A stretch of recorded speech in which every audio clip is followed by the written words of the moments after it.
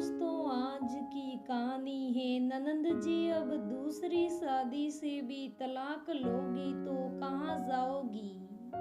चलो दोस्तों, कहानी को शुरू करते हैं।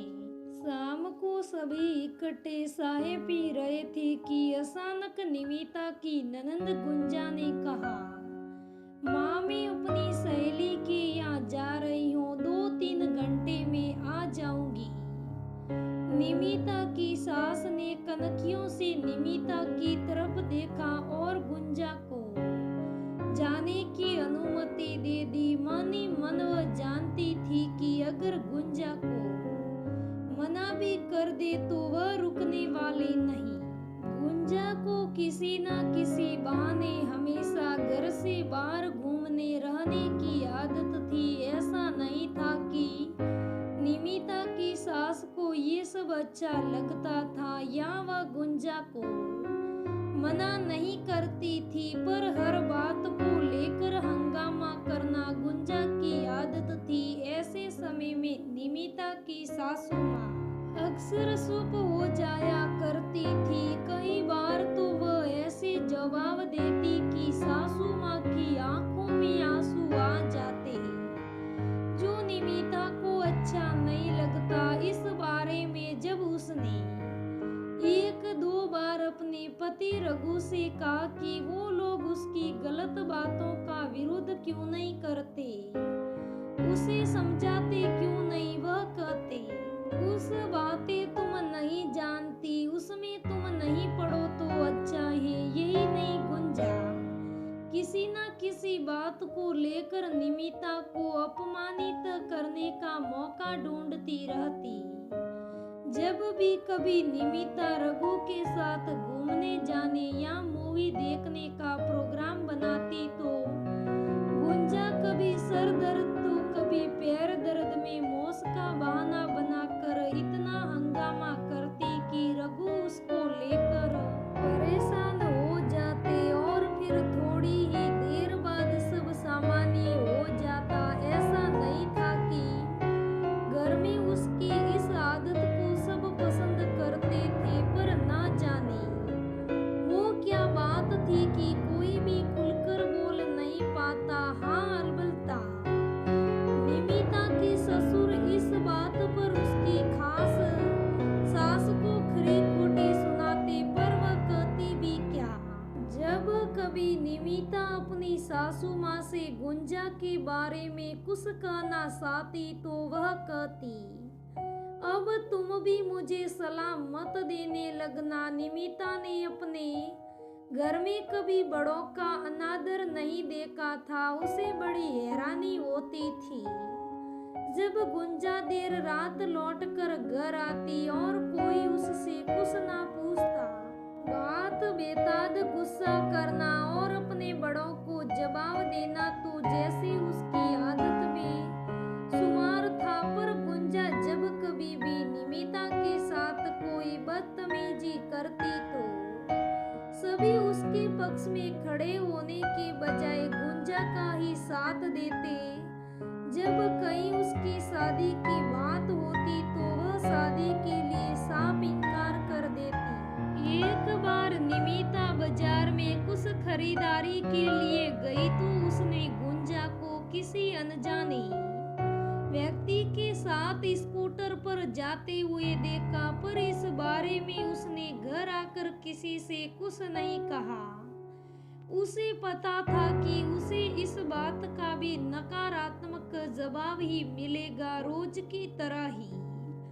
जब गुंजा एक दिन शाम को बाहर जाने लगी तो निमिता ने जानबूझकर कहा, दीदी मुझे भी बाजार तक जाना है, आप मुझे छोड़ते हुए निकल जाना। गुंजा को समझ नहीं आया कि वह क्या कहे।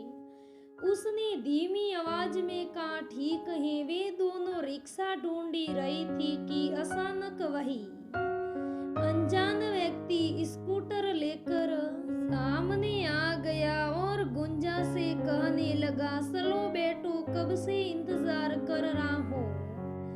गुंजा ने हकलाते हुए निमिता का पर्स ये उस व्यक्ति से करवाया, ये मेरी भाभी हैं।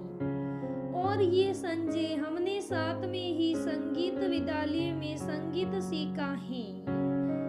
निमिता ने कहा, दीदी आप जाइए, मैं रिक्शे से चली जाऊंगी।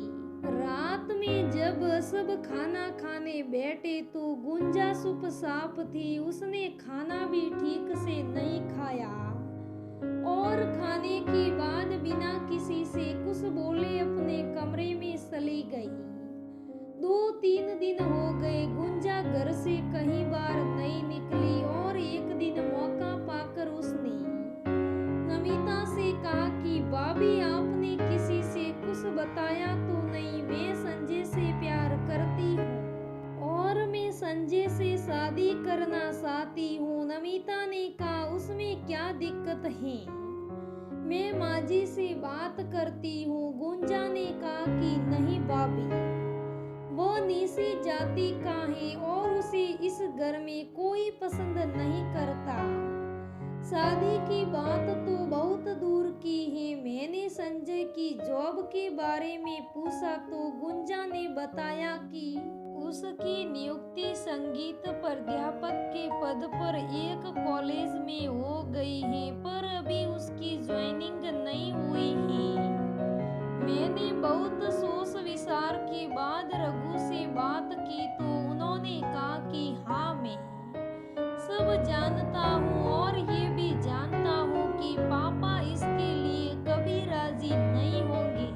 आगे और भी बहनों की शादी करनी है। मैंने कहा, एक बार बात करके देखते हैं, शायद वो मान जाए। बड़ी मुश्किल से मम्मी पापा को मनाया और दोनों के घर वालों की राजमंदी से शादी अच्छी तरह से संपन्न हो गई। मगर शादी के 2 हफ्ते बाद ही गुंजा घर वापस आ गई और उसने ये ऐलान दिया कि वह उस घर में वापस नहीं जाएगी। हम सब के पूछने पर उसने बताया कि वहाँ दिन रात काम करना पड़ता है, घर में वो ऐसो आराम नहीं है जो यहाँ हमारे घर में है। मैं अब वहाँ नहीं जाऊंगी। मैंने कहा कि दीदी, ये सब तो आपको पहले से मालूम था, फिर ये क्या बात हुई? आपको पता है ना कि अभी आगे 2 बहनों की शादी भी होनी है।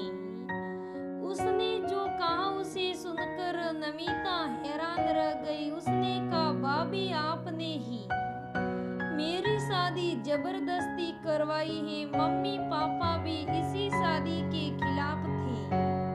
आप ही मुझे इस घर से भगाना चाहती थी, पर अब मैं नहीं जाऊंगी। मैंने तलाक लेने का फैसला कर लिया है। उसने जब अपने बसाव में कुछ कहना चाहा तो सभी ने उल्टा इल्जाम उसी के सर मंड दिया कि हम सबने तो मना किया था, पर तुम्हें अपनी ननंद की शादी की जल्दी थी। नमिता को समझ नहीं आ रहा था कि बजाय गुंजा को समझाने के सभी उसके खिलाफ हो गए। उसने रघु से कहा कि मेरी गलती क्या थी? रघु ने कहा, मैं इसलिए तुम्हें मना कर रहा था पर तुम नहीं मानी।